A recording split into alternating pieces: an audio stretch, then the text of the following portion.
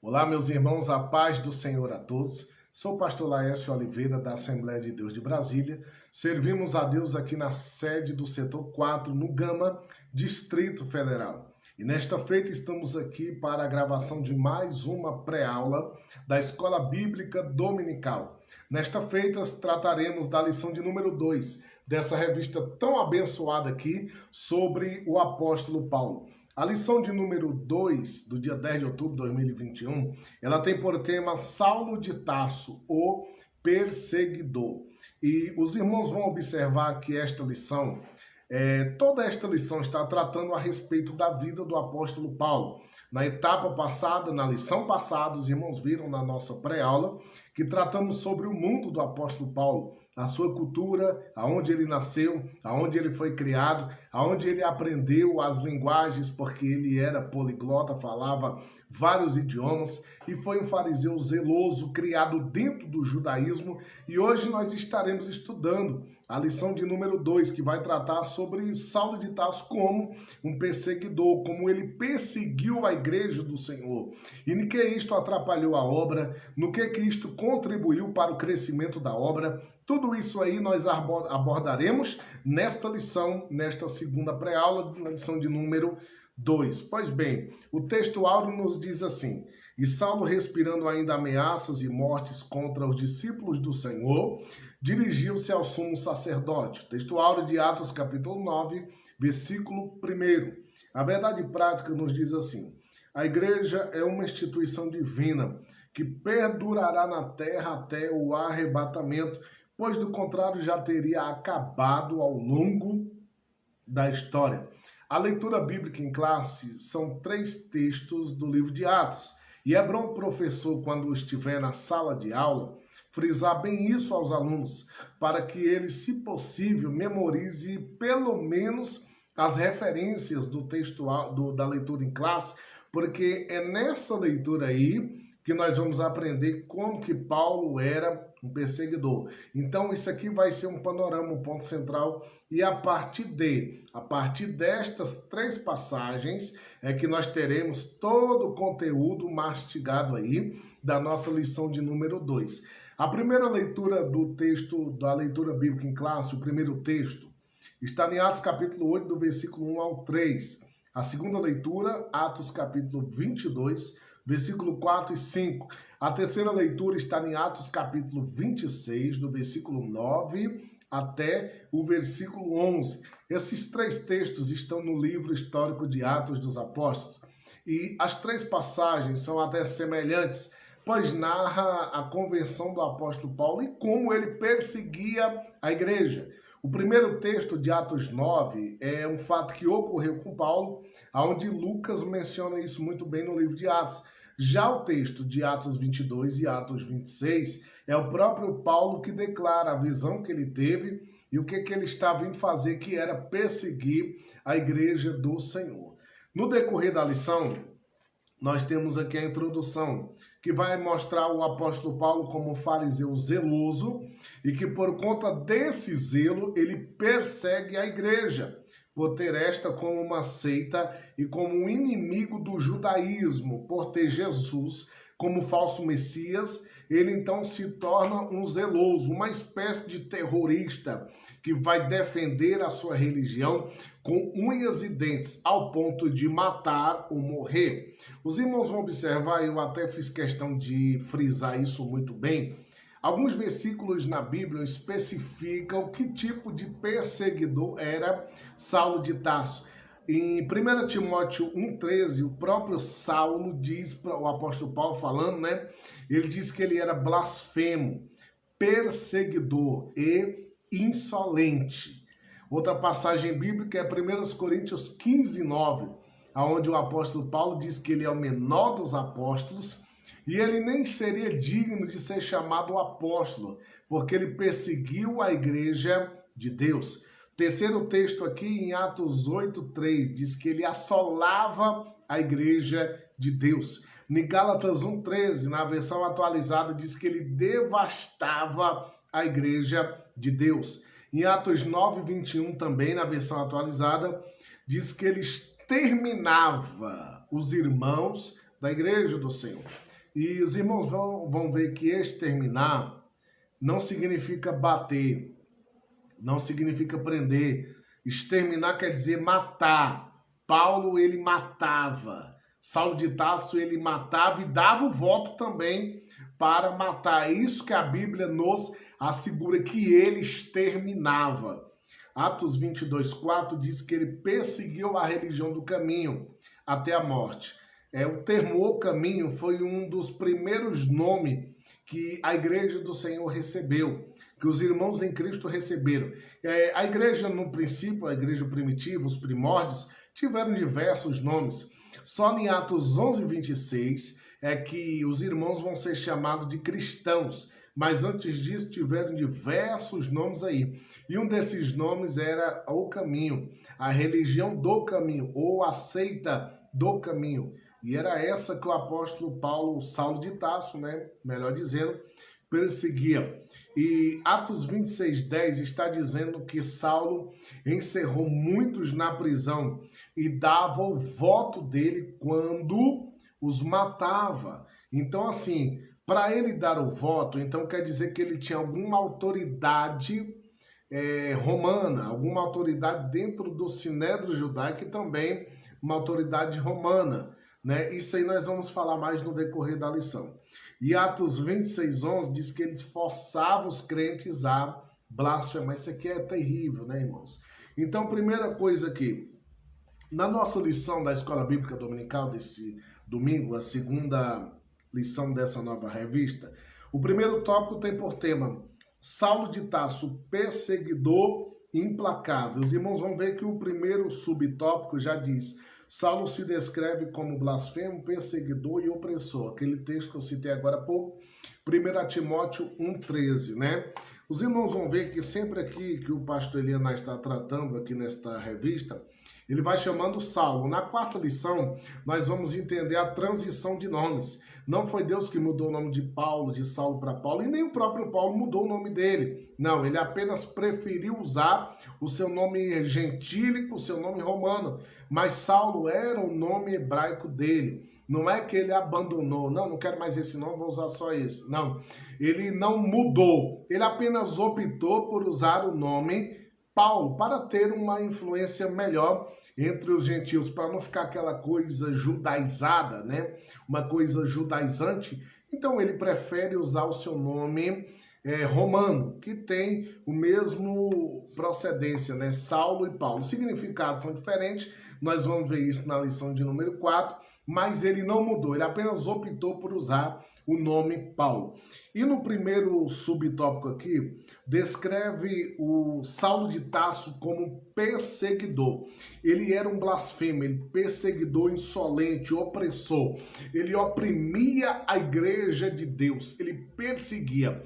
Os irmãos vão observar que Saulo, ele foi o primeiro perseguidor declarado da igreja. É claro que em Atos 5 tem a reunião do Sinédrio, Gamaliel dá uma opinião.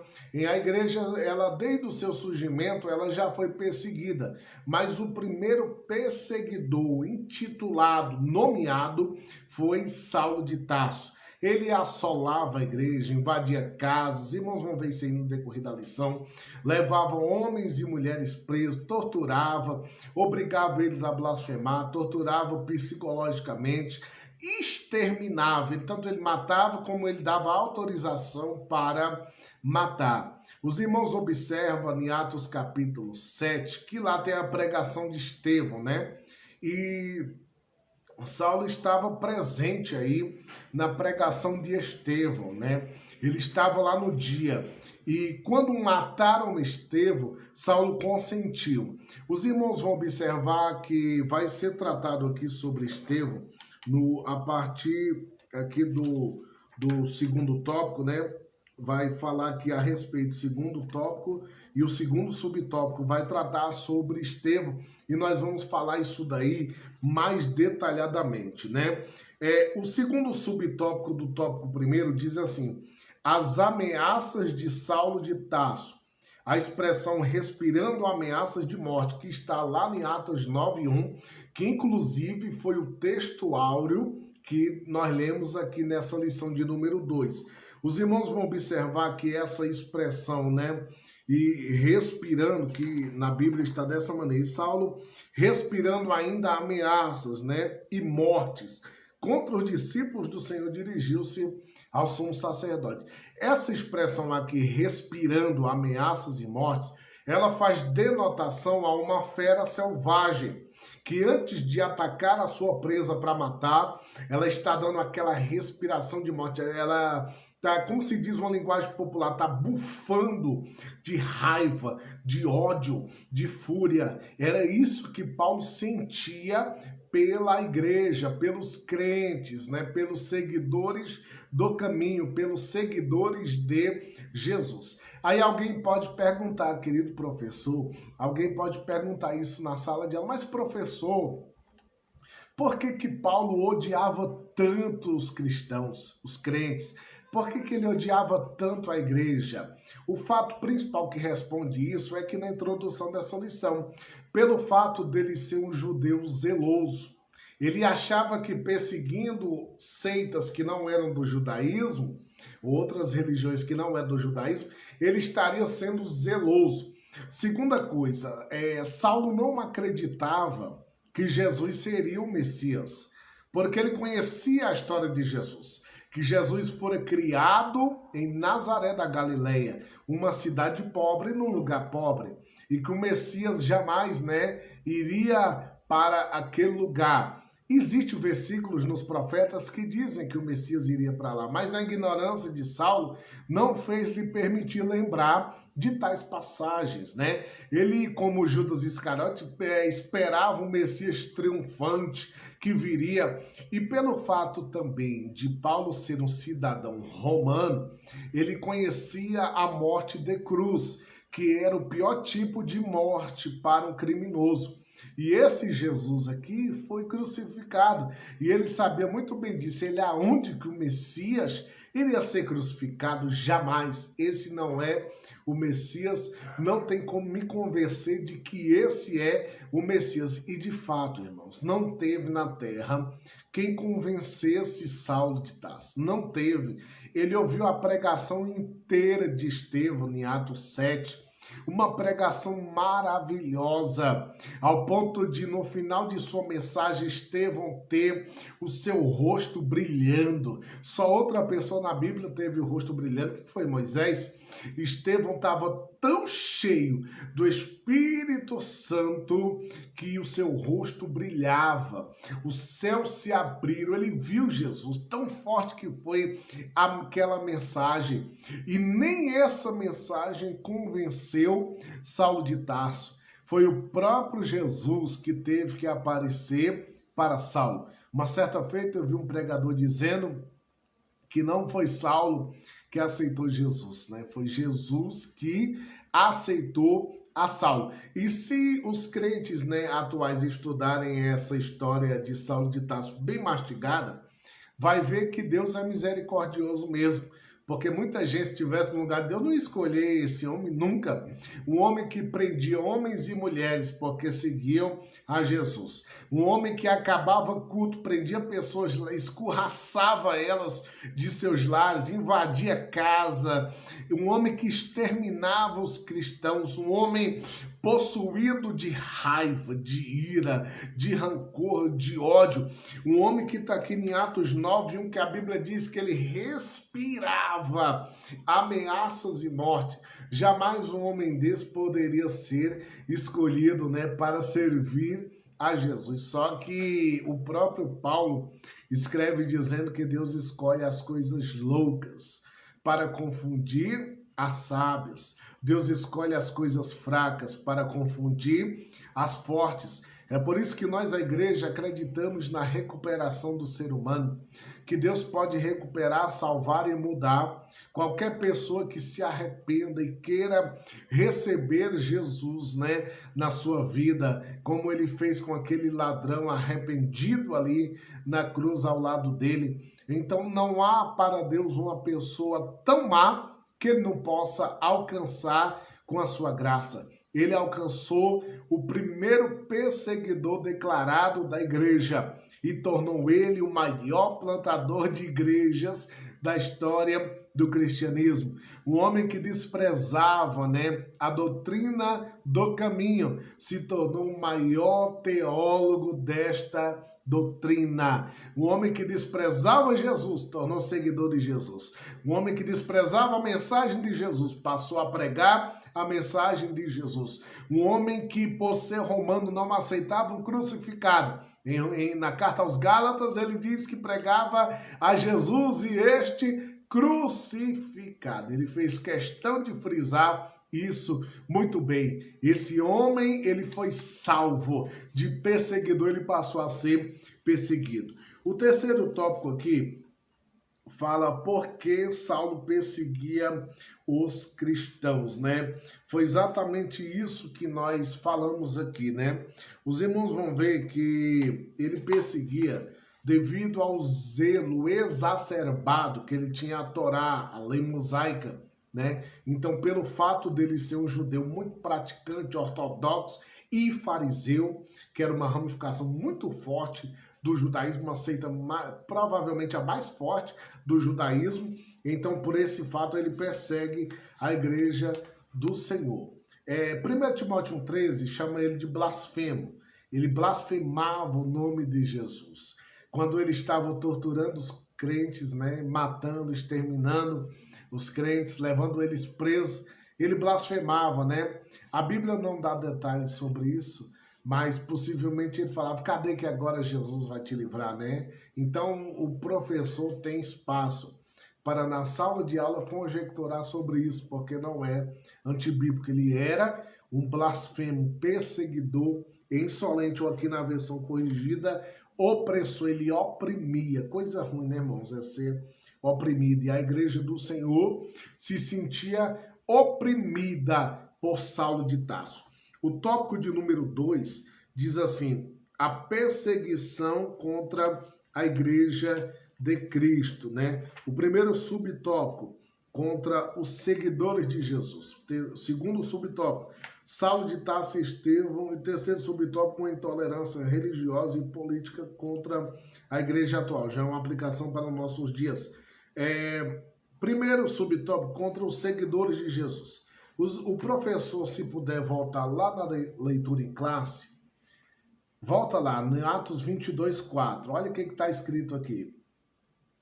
O próprio Paulo declarando, em um de seus depoimentos, ele declara dizendo, persegui este caminho até a morte.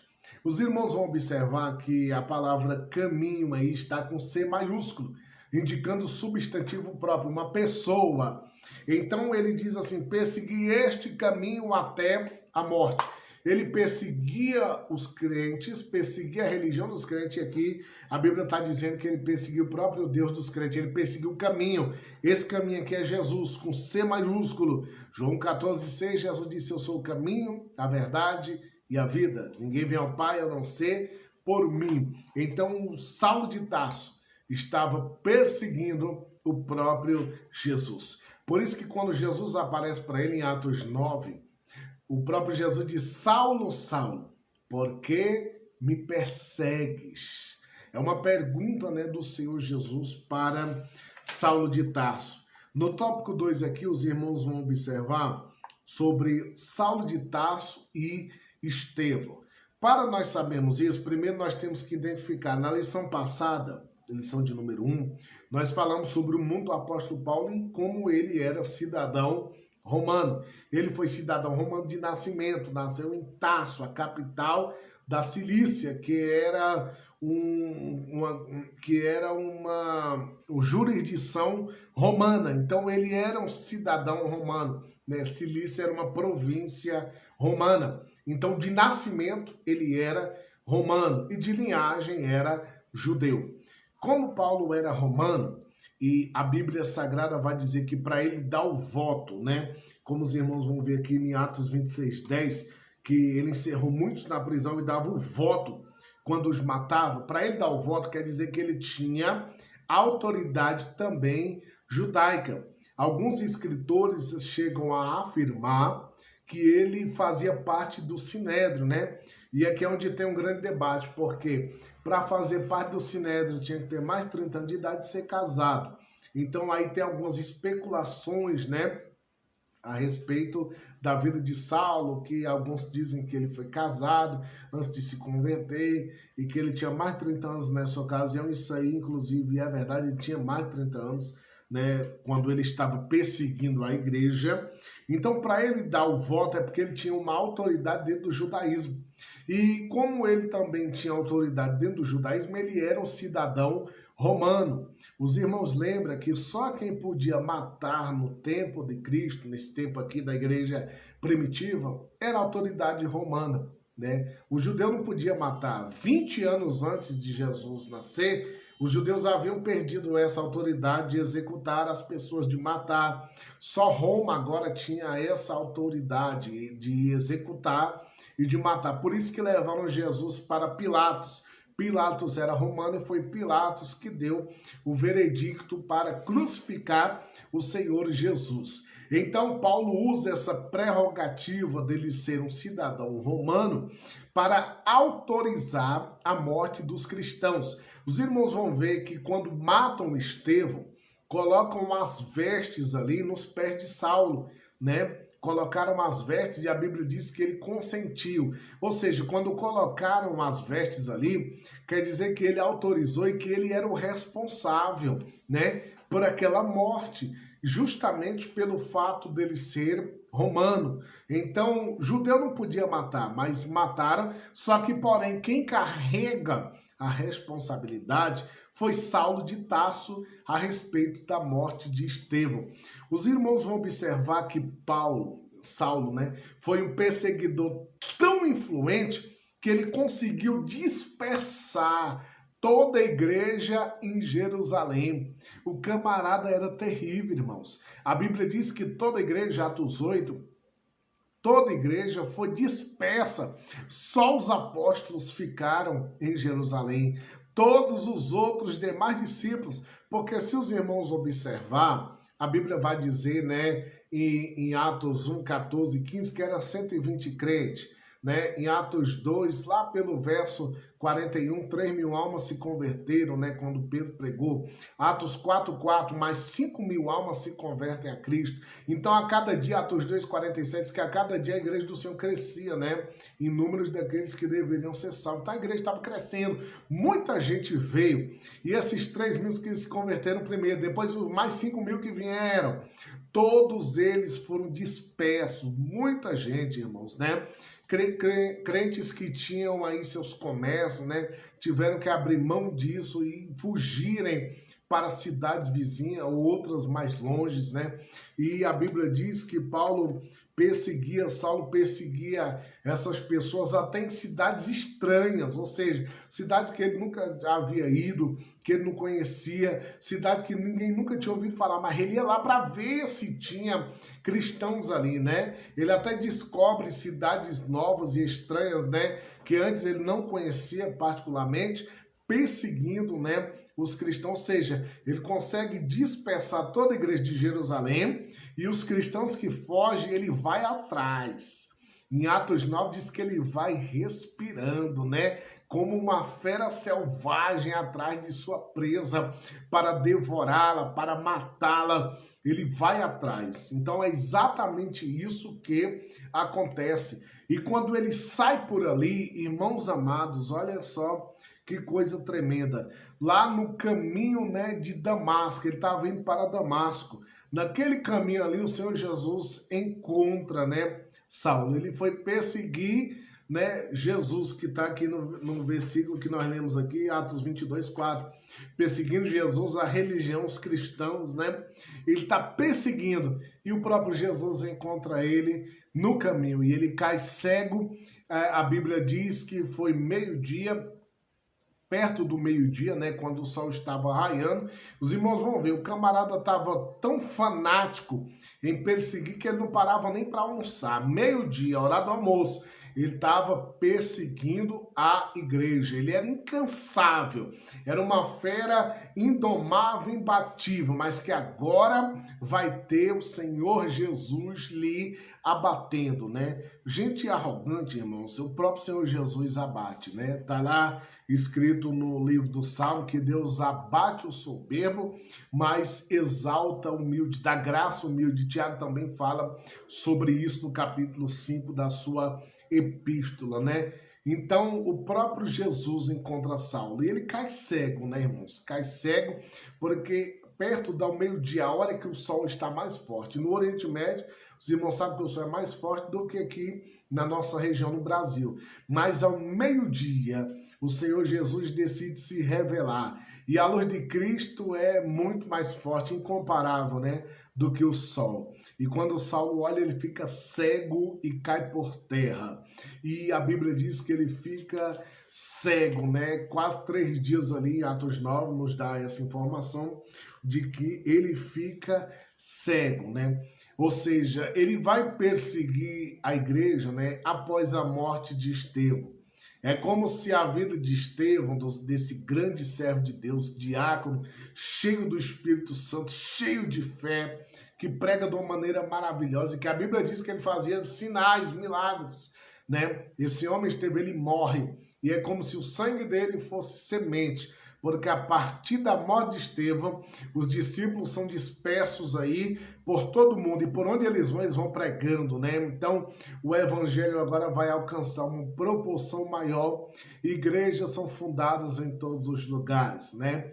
Eu me recordo uma certa feita que eu li em um livro, e Tertuliano, que foi um pai da igreja, ele comenta sobre os milhares de cristãos que eram mortos no Coliseu, e Tertuliano chega a dizer que o sangue dos cristãos era como semente, porque o imperador mandava matar no Coliseu, mas quanto mais matava, mais os cristãos cresciam. Quanto mais matava, mais o cristianismo aumentava. Quanto mais matava, mais a igreja estava viva e crescendo em números de salvos, mesmo que isso lhe custasse a vida. Então a igreja do Senhor, atualmente, ela ainda é muito perseguida e ela continua crescendo, louvado seja Deus, né? Então, aqui no terceiro subtópico, nós temos por tema uma intolerância religiosa e política contra a igreja atual, né? Isso aqui,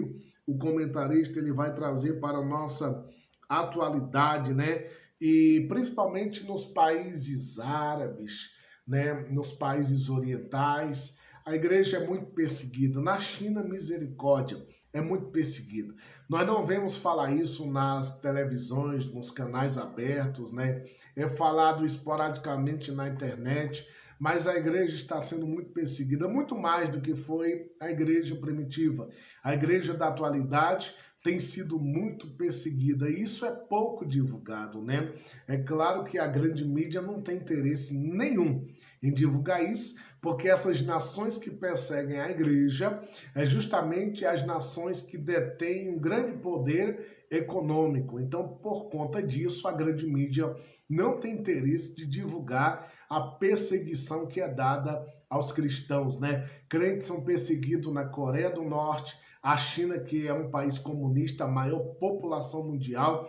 Existem igrejas subterrâneas, porque lá está sendo derrubados os templos, né? Então é coisa terrível, né? Nos países muçulmanos mesmo, os irmãos veem a perseguição que é. Agora lá, né, no Afeganistão, com o Talibã retornando aí ao poder, milhares de crentes foram mortos, né? Porque nem todos conseguiram fugir, e eles estupram as irmãs, matam as crianças, matam os cristãos, os pastores, os obreiros, irmãos, eles vão matando eles, né, sem piedade nenhuma.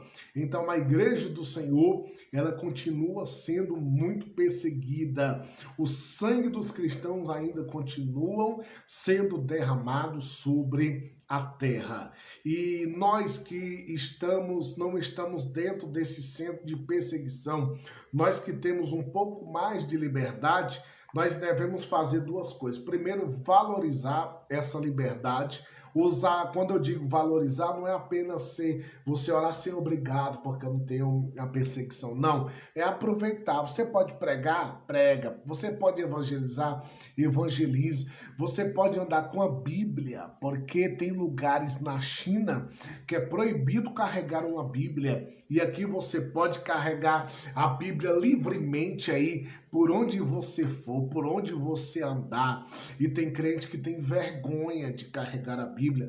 Tem crente que não baixa a Bíblia nem no celular. Tem tudo que é aplicativo, tudo que é programa no celular, mas não tem a Bíblia. Existe cristãos assim. Então, valoriza. E a segunda coisa que nós podemos fazer para a igreja perseguida é orar constantemente, né? Nós que não estamos sendo perseguidos como os nossos irmãos estão sendo nesse país, nós tendemos a ser mais egoístas, né? Oramos só por nós, só pelos nossos familiares. Senhor, me dá uma casa, me dá um carro, me enriquece, né? Irmãos, não é errado pedir isso também, porém, ore pela igreja primitiva. Senhor, ajuda meus irmãos que estão no país tal. Separa um país, irmãos. Uma certa feita eu fui em um culto de missões que foi dado a cada pessoa que estava naquele culto um papelzinho com um país. Era país do continente africano, do continente asiático, da Oceania, país onde a igreja mais é perseguida. E cada pessoa tinha que passar um determinado tempo orando por aquele país, porque a igreja estava sendo perseguida ali. E nós recebemos informações de que depois desse período de oração aí, os missionários que lá estavam tiveram mais liberdade. Eles sentiram a porta da palavra ser mais aberta, porque quando a igreja ora, as potestades satânicas são derrotadas, são dissipadas. Então nós como igreja devemos orar pela igreja perseguida. Louvado seja Deus. Então isso é de suma importância. E o professor pode tirar esse tempo, né, para fazer uma aplicação, né?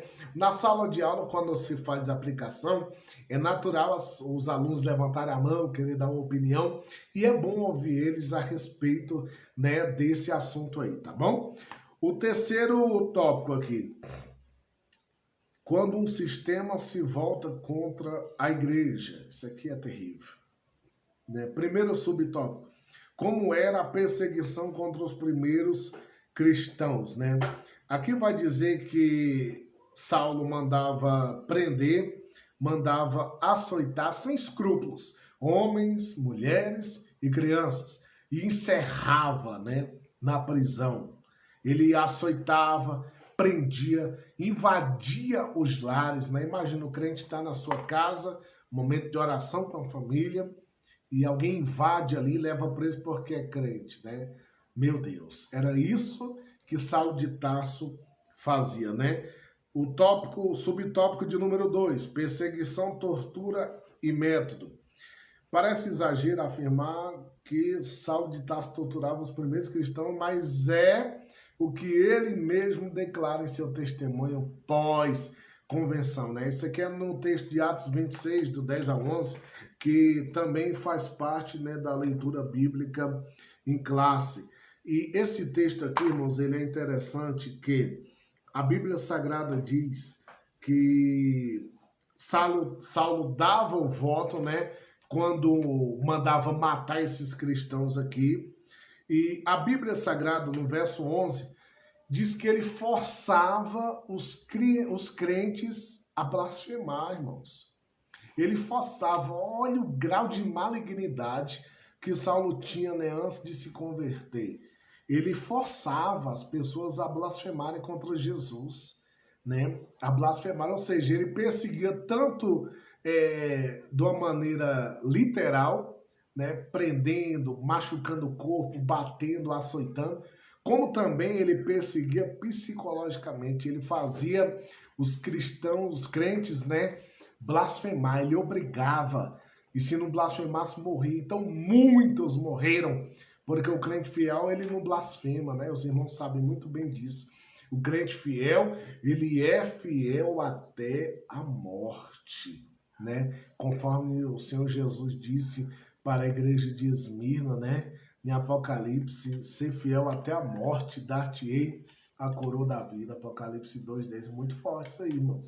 Então, assim, muitos crentes optaram por não blasfemar e morreram, né? E Saulo dava o voto: eu autorizo, pode matar, que eu me responsabilizo pela vida desse crente aí, né? Ele pega cartas do sumo sacerdote para entrar em várias sinagogas, que foi muitas. Em Damasco tinha dezenas e dezenas de sinagogas. Então, ele vai perseguindo a igreja do Senhor. Ele entra na sinagoga com cartas dadas pelo próprio sumo sacerdote, porque aonde tivesse uma sinagoga judaica, a voz do sumo sacerdote ali era a autoridade máxima. Então, Saulo trazia cartas do sumo sacerdote para poder prender, né, aqueles que professavam Jesus, porque os primeiros cristãos, os primeiros crentes foram judeus, então eles sempre iam na sinagoga e usavam as leituras do Antigo Testamento para aplicar a mensagem cristocêntrica, para usarem aquele texto e mostrarem que Jesus era o Messias. Então Saulo, ele assolava a igreja do Senhor. Vamos continuar aqui, né? Agora nós vamos aqui, irmãos, olha só. O segundo subtópico, perseguição, tortura e método, foi o que nós acabamos de ver aqui. E o terceiro subtópico, né, traz aqui a perseguição aos pentecostais, né? A perseguição que Gunavingre e Daniel Berg passaram lá em Belém do Pará, foram expulsos da Igreja Batista. Os irmãos que são assembleianos conhecem muito bem aí as histórias. Até os dias de hoje, os pentecostais são perseguidos, né? Nós temos aí pastores reformados que zombam das línguas estranhas, né? Línguas dadas pelo Espírito Santo, e eles escarnecem, zombam, ridicularizam, né? Então até hoje os pentecostais são perseguidos, né? Se tem um mover do Espírito, eles vão zombar, né? Vão zombar das músicas, vão zombar da unção, vão zombar do movimento pentecostal, das línguas estranhas, que é um pecado gravíssimo, né? Chega a beirar a blasfêmia contra o Espírito Santo, porque está zombando de uma obra dada diretamente pelo Espírito Santo. Então isso é terrível. Até os dias de hoje, os pentecostais são perseguidos. E o professor, eu falei aqui na primeira pré-aula, que é interessante o professor adquirir. Na verdade, irmãos, é obrigado. Para o professor dedicado, ele carrega como uma obrigação.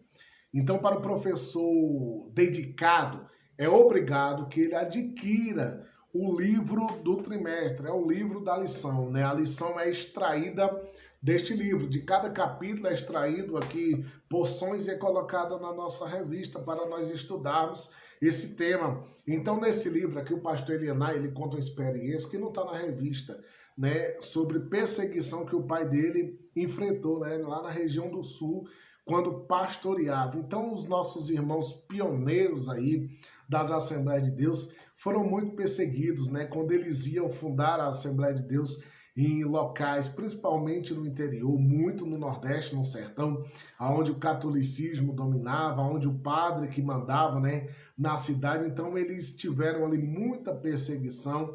Alguns chegaram a ser presos e outros, né, foram até mortos, né? Então hoje, para que nós tivéssemos a nossa Assembleia de Deus estabelecida, funcionando perfeitamente, os nossos pioneiros derramaram muito suor, muitas lágrimas e até sangue, né? Então nós devemos valorizar tudo isso daí que eles passaram, para que hoje nós não venhamos querer mudar, né, os marcos antigos, mudar a doutrina da igreja. Não, vamos permanecer naquilo que nós aprendemos. E a conclusão aqui eu vou ler para os irmãos, está na sua revista. Se a igreja fosse uma mera organização humana, já teria acabado, mas é uma instituição divina edificada pelo próprio Cristo, e por isso a igreja subsiste ao longo dos séculos e continuará a subsistir até a vinda gloriosa de Jesus para arrebatá-la. A igreja é de Jesus, né? Então é natural que perseguições aconteçam, porque o Senhor Jesus, quando ele comissiona os seus apóstolos, Ele diz: eis que vos envio como ovelhas para o meio de lobos.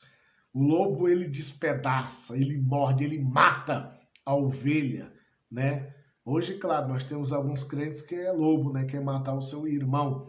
Mas o crente de verdade, ele é ovelha. E foi para isso que o Senhor nos chamou, né? O Senhor Jesus, ele não é pastor de lobo, é pastor de ovelha. Então, que Deus nos abençoe, que o Senhor nos ajude, que o Senhor possa falar poderosamente em cada sala de aula desta preciosa lição a respeito de Saulo de Tarso, o perseguidor. Esse homem que foi o primeiro perseguidor intitulado, nomeado contra a igreja do Senhor, que devastou, que causou tantos males, né, de matar crentes. Mas quanto mais matava, mais a igreja crescia, mais a igreja se expandia, ao ponto do próprio Jesus ir ao encontro dele e tornar ele de perseguidor a perseguido. Aleluia! Que Deus te abençoe e eu te aguardo na próxima pré-aula em nome de Jesus. Um abraço e a paz do Senhor a todos.